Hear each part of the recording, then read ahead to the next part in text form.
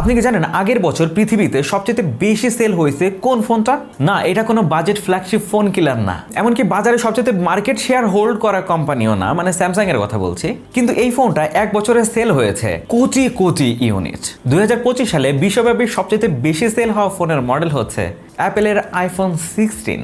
Counter পয়েন্টের রিসার্চের report অনুযায়ী আইফোন 16 2025 সালের সবচেয়ে বেশি ইউনিটস বিক্রি হওয়া স্মার্টফোনের তালিকায় শীর্ষে রয়েছে। 46.4 মিলিয়ন ইউনিটের মতো বিক্রি হয়েছে, অর্থাৎ লাখ লাখ মানুষ আইফোন 16 পছন্দ করেছে। কিন্তু কেন এত মানুষ তাদের পছন্দের শীর্ষ তালিকায় রাখছে আইফোন 16কে?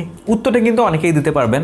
ইজি এবং ready to use software experience, অর্থাৎ ইউআইতে কোনো কাস্টমাইজেশনের ঝামেলা নাই। এখন অনেকেই এটাকে ঝামেলা বলেন, অনেকেই বলেন না। যারা কাস্টমাইজ পছন্দ করেন তাদের জন্য কিন্তু এটা জট একটা প্রোডাক্ট। আরও ব্যাপার রয়েছে রিলায়েবল হার্ডওয়্যার এক্সপিরিয়েন্স, যেখানে অ্যাপেল বরাবর একটা স্মুথ পারফরমেন্স ধরে রাখে, সেটাও কিন্তু লং টার্ম ধরে, এবং এটার আফটার সেলস মার্কেটিং কিন্তু বেশ ভালো।